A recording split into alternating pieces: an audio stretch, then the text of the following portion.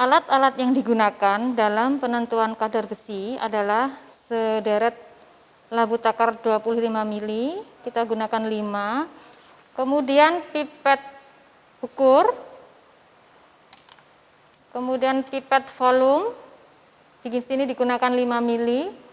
Kemudian ada bola hisap untuk mengambil larutan. Selanjutnya adalah pipet tetes, ya. Kemudian seperangkat alat gelas, kita gunakan gelas kimia, ada 100 mili sama 50 mili. Adapun untuk bahan yang digunakan adalah, pertama adalah larutan sampel. Ini adalah sampel Fe yang akan kita tentukan kadar besinya. Kemudian larutan standar Fe digunakan konsentrasi 25 ppm. Dan yang terakhir adalah air bebas mineral untuk mengencerkan dalam pembuatan kurva standar. Yang harus dilakukan adalah pertama, menyiapkan deretan labu takar 25 mili yang sudah diberi label. Label ini menandakan konsentrasi larutan standar yang akan dibuat. Sudah diberi label, kemudian menuang sebanyak 5 mili larutan sampel ke dalam setiap labu takar.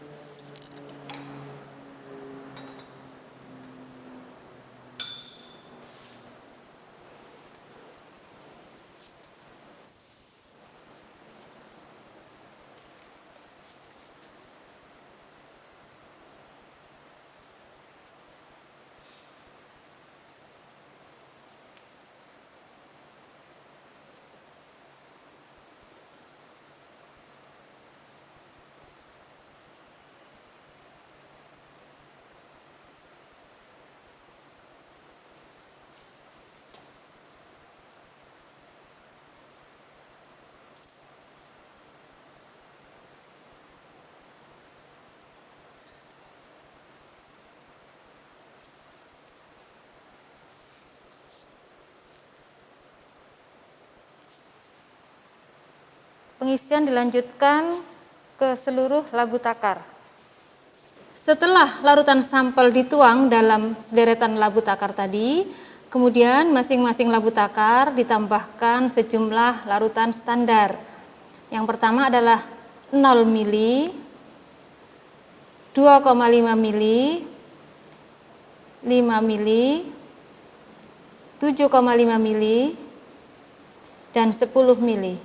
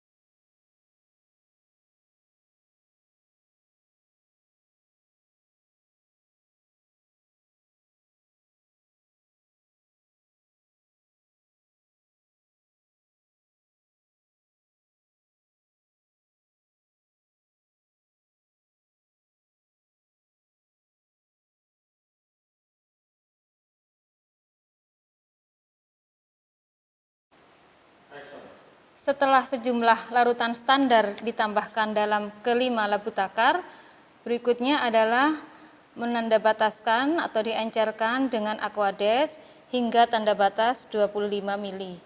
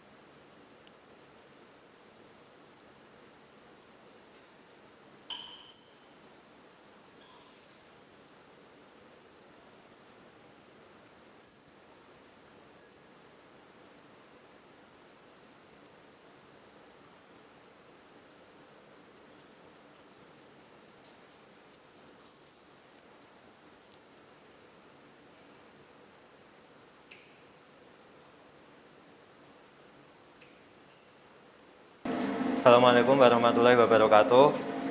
Selamat datang. Ini sekarang berada di ruang instrumen AAS, yaitu Atomic Absorption Spectroscopy atau spektroskopi serapan atom.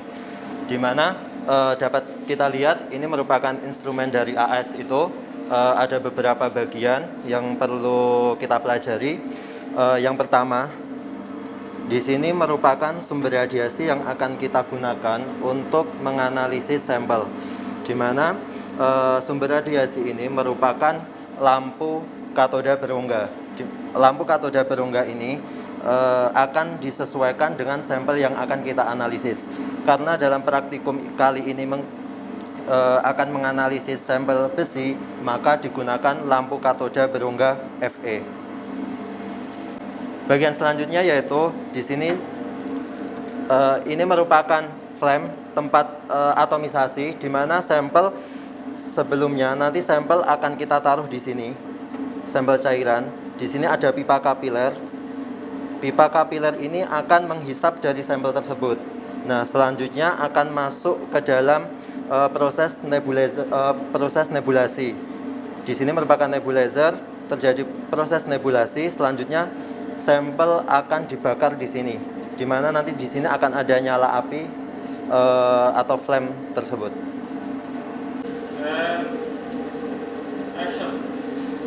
Untuk rangkaian instrumen yang selanjutnya yaitu komputer, di mana di sini nanti akan ada software dari AAS tersebut yang digunakan untuk mengolah data dan ditampilkan dalam hasil absorbensi. Untuk selanjutnya kita berada di ruang gas, di mana gas ini digunakan sebagai bahan bakar untuk proses pembakaran tersebut. Gas yang kita gunakan merupakan gas asetilena atau C2H2. Nah, di sini adalah tabung gasnya dari gas asetilena tersebut. Selanjutnya, untuk membuka gas tersebut, kita buka berlawanan dengan arah jarum jam sebesar 90 derajat. Nah, ini udah terbuka. Setelah kita menyalakan gas, selanjutnya kita nyalakan kompresor. Kompresornya kita nyalakan tombol A-nya di sini. Nah, ini udah menyala. Untuk kompresornya berada di bawah. Untuk proses masuknya gas dan udara itu melalui selang dari logam ini merupakan saluran untuk masuknya gas asetilena yang sudah kita nyalakan tadi. Untuk yang pipa berwarna hitam ini merupakan proses masuknya udara yang berasal dari kompresor. Selanjutnya, udara dan gas asetilena tersebut akan bercampur di dalam instrumen ini yang akan digunakan sebagai sumber pembakaran untuk proses analisis. Selanjutnya di sini ada blower. Blower ini nanti digunakan untuk menghisap udara panas yang dihasilkan dari pembakaran yang terjadi di flame pembakaran di sini. Nanti udara panas di sini akan dihisap oleh blower dan diteruskan ke luar ruangan. Dalam proses analisis menggunakan AAS ini, karena digunakan proses pembakaran dan menghasilkan suhu yang sangat tinggi, maka di sini kita gunakan air mengalir. Air mengalir ini nanti sebagai pendinginnya. Seperti itu. Air tadi akan melalui selang berwarna biru ini yang berfungsi sebagai pendingin. Setelah kita menyalakan gas, kompresor, pendingin, dan blower, selanjutnya kita menyalakan instrumen AAS-nya dengan menekan tombol power di sini. Nah, ini lampu indikatornya sudah menyala, berarti instrumennya sudah menyala. Komputernya di sini sudah menyala. Selanjutnya kita membuka software untuk menganalisis sampel, di mana software yang kita miliki yaitu menggunakan Zeeman AAS. Kita buka aja, klik.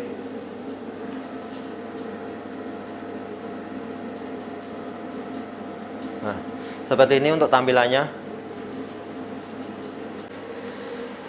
Sebelum kita melakukan analisis, kita persiapkan dulu sampel yang akan kita analisis. Di sini merupakan sampel yang telah kita preparasi sebelumnya.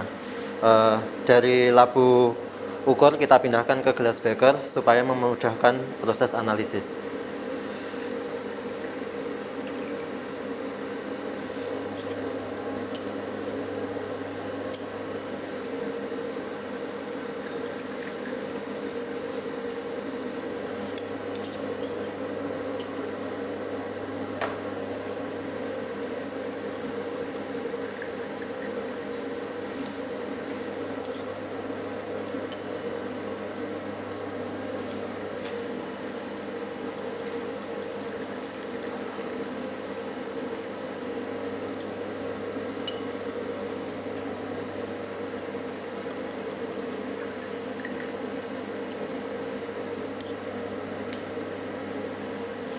Selanjutnya kita klik ready di sebelah sini.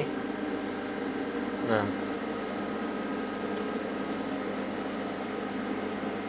setelah kita klik ready, selanjutnya kita tunggu auto zero ini sampai berwarna hijau seperti ini. Selanjutnya tinggal kita klik aja. Nah, di sini ini diperlihatkan merupakan absorbansi dari belangko yang kita gunakan, yaitu setelah kita klik ready dan di sini muncul indikator yang berwarna hijau, selanjutnya kita klik auto zero. Nah.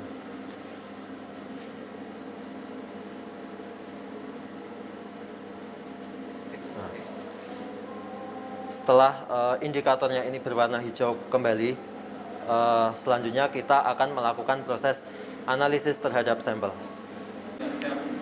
Selanjutnya kita akan menganalisis sampel dimulai dari variasi yang volume standarnya 0. Dari variasi yang pertama dengan volume standar 0, kita akan analisis.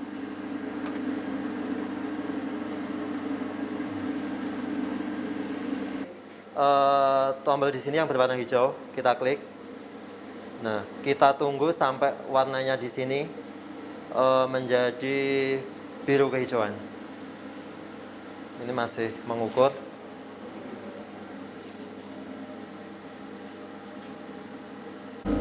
Belum, ibu saya.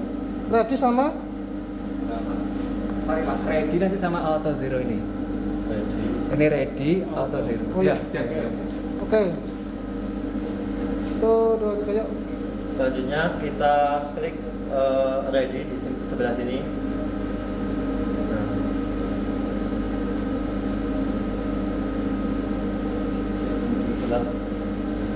Tapi ini masih merah. Biasanya kan hijau. Itu dia. Oh iya. Langsung. Penjelasan sampai menunggu Setelah kita klik ready, selanjutnya kita klik auto zero. Di sini ada tombol.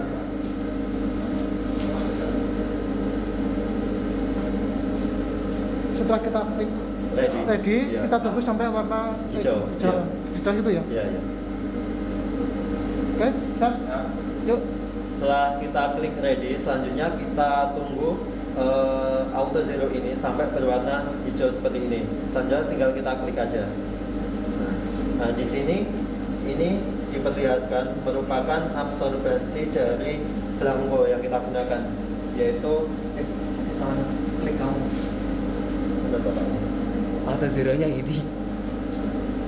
Ini toh. Oh iya. Ini salah. Berarti Nggak bisa. Akan diganti ke belangko lagi.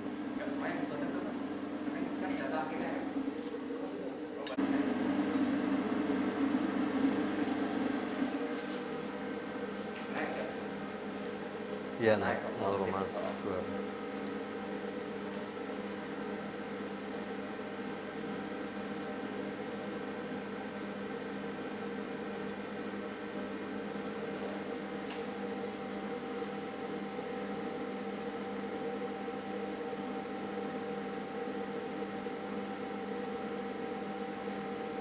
Udah ya Pak ini?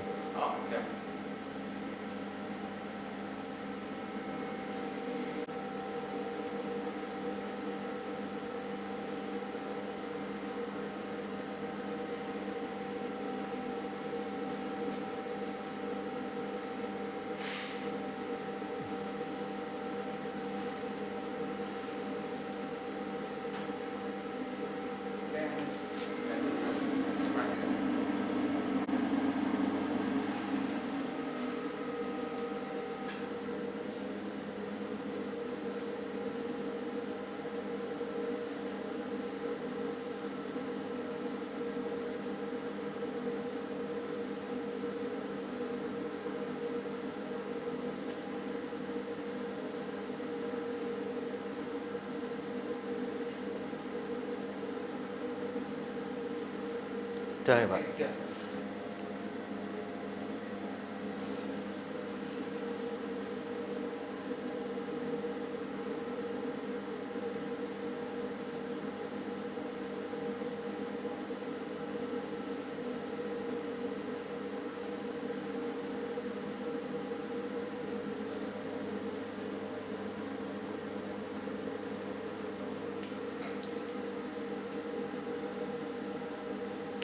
Udah selesai.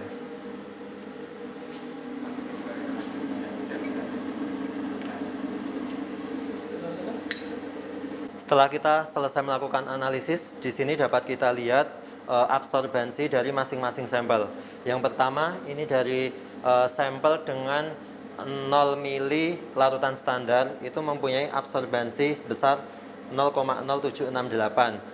Untuk 2,5 di sini absorbensinya akan meningkat. Seterusnya sampai dengan volume standarnya 10, maka akan mempunyai absorbensi paling besar. Data yang kita dapatkan dari hasil analisis diperlihatkan sebagai berikut. Ini volume standarnya 0, 2,5, 5 mili, 7,5 mili, dan 10 mili. Di mana di sini merupakan absorbensinya. Nanti data tersebut silahkan dibuat menggunakan Excel dalam bentuk grafik, di mana sumbu X merupakan volume standar dan sumbu Y merupakan absorbensinya. Selanjutnya dicari linearitasnya untuk mencari kadar besi atau Fe dalam sampel tersebut. Assalamualaikum warahmatullahi wabarakatuh. Mahasiswa sekalian, hari ini kita akan melanjutkan dengan praktikum penentuan kadar besi Fe dengan metode spektroskopi serapan atom. Sebagaimana kita ketahui, analisis spektroskopi adalah didasarkan atas interaksi antara cahaya dan materi. Dengan begitu, analisis menggunakan spektroskopi serapan atom atau SSA itu didasarkan atas penyerapan atom terhadap radiasi elektromagnetik. Radiasi elektromagnetik yang digunakan berada dalam panjang gelombang daerah ultraviolet visible, yaitu sebesar 200 nanometer sampai 400 nanometer. Nah, bagaimana dari sebuah larutan sampel itu bisa kemudian diukur dengan metode spektroskopi AAS, maka sampel larutan itu harus diubah dalam bentuk atom-atomnya. Nah, pengubahan bentuk dari larutan sampel menjadi atom-atom yang akan diukur itu menggunakan atau melalui proses yang namanya proses atomisasi. Proses atomisasi bisa dilakukan dengan dua. Yang pertama adalah dengan metode flame atau metode pembakaran, di mana hal ini akan kita gunakan dalam praktikum. Dan yang kedua adalah metode graphite furnace, di mana metode graphite furnace itu menggunakan lempengan atau grafit yang sangat panas. Sebagaimana sudah disampaikan bahwa proses atomisasi adalah proses pengubahan dari larutan sampel menjadi atom. Bagaimana proses atomisasi dapat terjadi? Yaitu adalah ketika larutan sampel dilewatkan, ditransportasikan ke dalam suatu sistem nyala, di mana di situ ada proses penguapan larutan, ada proses nebulisasi, ada proses pengkisatan, hingga kemudian berubahlah dari molekul-molekul menjadi atom. Atom-atom ini kemudian akan mengalami keseimbangan di dalam sistem nyala. Nah, ketika berada dalam sistem keseimbangan inilah, kemudian ada radiasi elektromagnetik yang dilewatkan pada atom-atom dalam sistem nyala ini, kemudian akan ada yang diserap dan ada yang diteruskan. Bagaimana bisa menunjukkan jumlah atom yang telah menyerap radiasi elektromagnetik, menggambarkan konsentrasinya, maka dinyatakan dengan hukum Lambert-Beer. Hukum Lambert-Beer dinyatakan dengan A besar, A sama dengan ABC. A adalah absorbansi, A besar ya, A besar adalah absorbansi, kemudian A kecil adalah absorptivitas atau koefisien ekstingsi, B adalah panjang jalan yang dilewati sinar, atau dalam penyebutan bisa disebut sebagai kuvet, atau kalau dalam AAS namanya jarak lebar celah slit dari nyala api, kemudian C adalah konsentrasi sampel. Nah, kemudian dari persamaan ini yang kemudian akan kita turunkan hingga didapatkan berapa jumlah konsentrasi besi dalam sampel. Sudah? Nah, penentuan pada praktikum kali ini adalah penentuan besi, maka besi akan ditentukan dengan AAS. Ada keunggulan yang bisa dilakukan, atau ada keunggulan yang bisa kita terima, kita dapatkan ketika kita menentukan menggunakan metode AAS. AAS itu merupakan metode yang sangat selektif, ya. Artinya adanya interferensi, adanya atom lain, adanya analit lain yang ikut berada dalam sampel dapat tidak ikut terdeteksi, dapat tidak ikut menyerap apabila sinar radiasi elektromagnetik dikenakan pada sampel tersebut. Mengapa? Karena dalam AAS menggunakan sumber radiasi yang sesuai, yang sama dengan logam yang akan ditentukan. Di mana sumber radiasi ini yang disebut dengan lampu katoda berongga.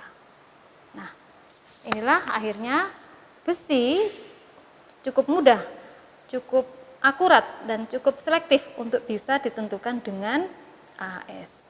Keunggulan yang bisa kita dapatkan adalah mudah, cepat, akurat, dan relatif murah. Data-data yang didapatkan dari instrumen AAS tadi kemudian dimasukkan dalam kolom ini. Ya, ini ada sumbu X dan sumbu Y, di mana sumbu X itu menunjukkan volume larutan standar yang sudah ditambahkan dalam 5 labu takar tadi. Jadi ada berapa tadi? Pertama ada 0 mili ya, artinya dalam labu takar yang pertama itu tidak ditambahkan sama sekali larutan standar. Jadi hanya berisi larutan sampel. Kemudian ditambahkan 2,5 mili, ditambahkan 5 mili, 7,5 mili, dan 10 mili. Jadi ini saya ilustrasikan. Ini adalah sederetan labu takar tadi, kemudian masing-masing ditambahkan volume standar dengan konsentrasi yang berbeda. Setelah itu ditambahkan ke semua deretan larutan standar ini sejumlah volume sampel yang sama volumenya. Berapa tadi? Ini ya, 5 mili, 5 mili, 5 mili, 5 mili, 5 mili. Sudah. Kemudian tadi ditanda bataskan, setelah itu diukur. Nah, berapa absorbansinya? Misalkan nih, yang pertama untuk yang 0 mili, misalkan tadi berapa? Nah, saya bilang Y1 gitu ya. Kemudian 2,5 mili Y2 dan seterusnya sampai 10 mili Y5. Sudah, setelah didapatkan data ini, kemudian kita buat persamaan regresi. Nah, kalau menggunakan persamaan regresi berarti silakan mahasiswa menghitung bisa menggunakan kalkulator, bisa menggunakan Excel ya. Nanti kemudian didapatkan persamaan Y sama dengan AX plus B. Jangan lupa yang namanya Y di sini itu adalah absorbansi ya. Y itu kan absorbansi. Ini saya tulis saja absorbansi berapa tadi.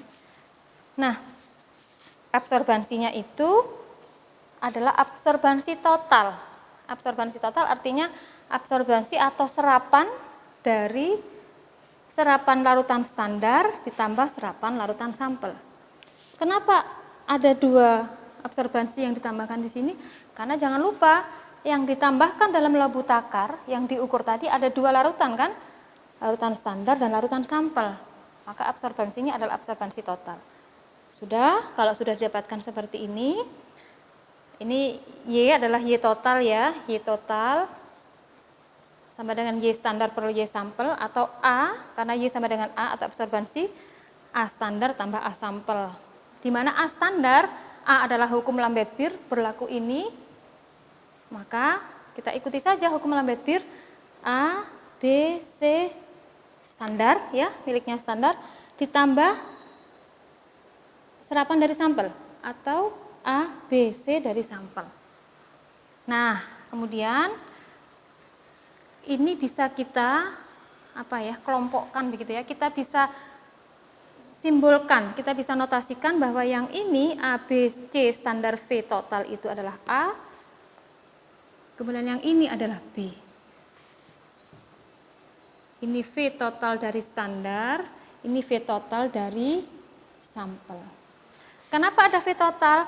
Karena tadi ditanda bataskan atau diencerkan sampai 25 mili ya. Kita tadi menggunakan labu takar 25 mili ya. Nah, sudah. Kalau sudah seperti ini, maka kita gunakan pendekatan operasi matematika. Nah, kita bisa substitusi, kita bisa coret ini. Maka didapatkan A per B sama dengan C standar dibagi C sampel dikalikan V sampel. A per B apa? A per B itu ini. Berapa nilai A per B atau berapa nilai A, berapa nilai B, itu kita dapatkan dari hasil persamaan regresinya. Gitu ya. Nah, persamaan regresi dari mana?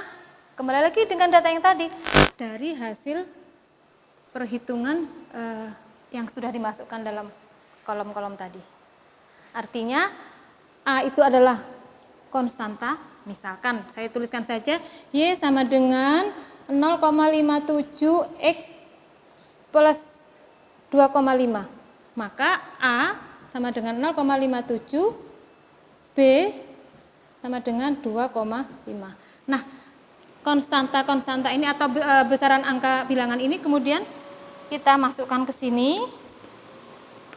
Dari sini bisa dioperasikan atau bisa disederhanakan menjadi C sampel sama dengan B per A dikalikan C standar dibagi V standar. B per A-nya berapa? Ini kan sudah diketahui dari hasil persamaan regresi. C standar berapa? Tadi sudah disebutkan 25 ppm ya. Di buku petunjuk praktikum sudah ada. Kemudian V sampel berapa? 5 mili. Sudah, masukkan semua angka maka akan didapatkan konsentrasi besi dalam sampel. Begitu ya saya kira. Nanti coba sambil dicermati kembali buku petunjuk praktikumnya. Baik, ketika sudah didapatkan berapa konsentrasi besi dalam sampel, maka silahkan mahasiswa membuatnya dalam bentuk laporan praktikum. Laporan praktikum, bagaimana sistematikanya? Yang pertama adalah menuliskan judul. Silakan ditulis saja judulnya dalam buku petunjuk, sesuai dengan buku petunjuk praktikumnya ya. Penentuan kadar besi dengan spektroskopi serapan atom. Kemudian tujuan percobaan, silakan ditulis. Berikutnya adalah dasar teori. Silakan Anda ambil dari beberapa referensi. Kalau analisis AAS dengan analisis besi menggunakan AAS, kita bisa dapatkan beberapa referensi, diantaranya dari bukunya Skok and West ya, Skok and West, kemudian Underwood, ada Kopkar dan lain-lain. Banyak, silakan mahasiswa mencari sendiri. Kemudian setelah dasar teori adalah menuliskan alat dan bahan. Silakan dicermati buku petunjuk praktikumnya. Kemudian cara kerja silakan dibuat dalam bentuk diagram blok ya, dalam bentuk diagram blok. Karena itu akan memudahkan kita memahami tahapan-tahapan dalam praktikum. Yang terakhir adalah pembahasan. Nah, silakan Anda bahas bagaimana prosesnya tadi sambil dicermati kembali ya tayangan yang sebelumnya tadi. Kemudian juga dibahas kenapa harus sekian gitu ya. Nah, baik, berikutnya adalah kesimpulan. Berapa halaman kira-kira? Saya kira 3 halaman ya, 3 halaman sudah bisa merepresentasikan hasil praktikum kali ini. Saya kira begitu dari saya. Terima kasih atas perhatian semuanya. Wassalamualaikum warahmatullahi wabarakatuh.